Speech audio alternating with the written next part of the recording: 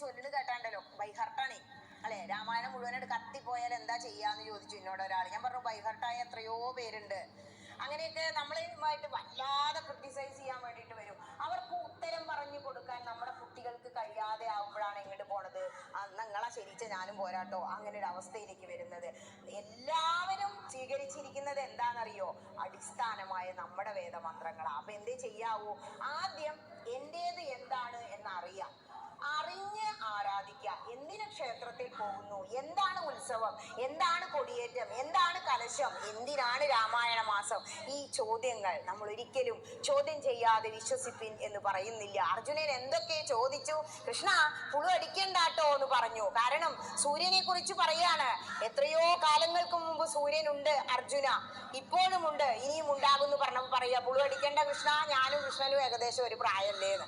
അപ്പോഴാ പറയാ ഞാൻ എത്രയോ കാലമായിട്ടുണ്ട്. അപ്പോഴൊന്നും മനസ്സിലായില്ല. പിന്നെ എവിടെ എത്തേണ്ടി വന്നു?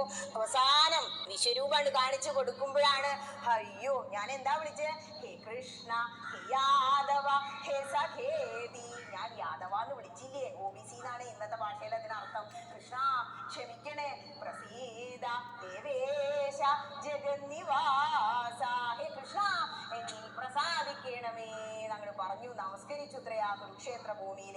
ഇതിനും വലിയ ഒരു ചിത്രം നമ്മുടെ മനസ്സിൽ ഭഗവാൻ വരച്ചിടാനായിട്ടുണ്ടോ? അതുകൊണ്ട് നിങ്ങൾ ഏതെങ്കിലും ഒരു ഗ്രന്ഥത്തെ ആശ്രയിക്കുക. ഏതെങ്കിലും ഒരു നാമം, ഏത് നാമവും നിങ്ങൾ ഓങ്കാരം കൂട്ടി ജപിച്ചോളൂ, അത് മൂലമന്ത്രമായി. ഓം നമോ ഭഗവതേ വാസുദേവായ, ഓം നമോ നാരായണായ. അതുകൊണ്ട് ഏതെങ്കിലും ഒരു നാമം നിങ്ങൾ ആശ്രയിക്കുക. അപ്പൊ എന്തുണ്ടായിരിക്കും?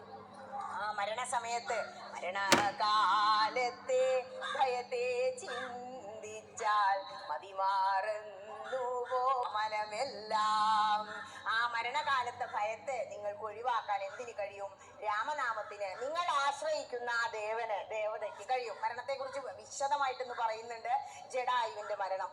ചിലരുണ്ട് കുറെ നാരായണീയം വായിക്കും, കുറെ ഗീത വായിക്കും, എല്ലാം വായിക്കണം, അത് അറിവ് നേടണം. പക്ഷേ ഒരു ഗ്രന്ഥത്തെ, ഒരു ദേവനെ നിങ്ങൾ ആശ്രയിച്ചാൽ അത് കൈവിടരുത്. രാമായണം കൊണ്ട് മാത്രം മോക്ഷം നേടിയവരുണ്ട്. ഞങ്ങളവിടെ ഒരു മീനാക്ഷി ഉണ്ടായിരുന്നു, അവർക്ക് രാമായണം മാത്രമേ അറിയുള്ളൂ. അവരൊക്കെ അങ്ങനെ ഇരുന്ന് ചൊല്ലിന് കേട്ടാണ്ടല്ലോ ബൈഹർട്ടാണേ അല്ലെ. രാമായണം മുഴുവനായിട്ട് കത്തിപ്പോയാൽ എന്താ ചെയ്യാന്ന് ചോദിച്ചു എന്നോട് ഒരാൾ. ഞാൻ പറഞ്ഞു ബൈഹർട്ടായ എത്രയോ പേര്